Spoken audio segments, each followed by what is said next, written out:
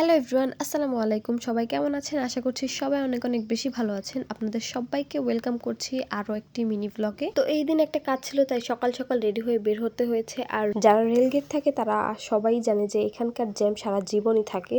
তো এই জ্যামের মধ্যে বসে বসে ঘুমাচ্ছিল, আর আমার তো গরমে একাকার অবস্থা।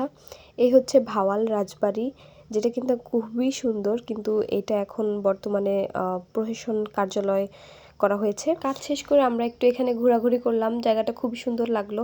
তারপর এর বাইরে থেকে এখান থেকে আমরা ডাব নিলাম, কারণ খুবই গরম ছিল, ডাব খাওয়া ছাড়া আর কি উপায় নেই, এত গরম কি বলবো। তারপর চলে আসলাম ফুচকা খেতে। তো আমার গরমে অবস্থা একদম বিধ্বস্ত অবস্থা। অর্ডার করে দিলাম ফুচকা, আর এই তো আমাদের ফুচকা চলে এসেছে।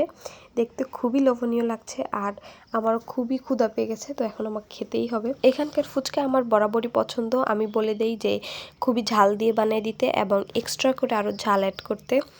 তো এই তো ফুচকা খাচ্ছি। আজকের ভিডিওটা এই পর্যন্তই। সবাই ভালো থাকবেন, সুস্থ থাকবেন, আমাদের জন্য দোয়া করবেন। আর কে কোথা থেকে ভিডিওটা দেখছেন অবশ্যই কমেন্ট করে জানাবেন।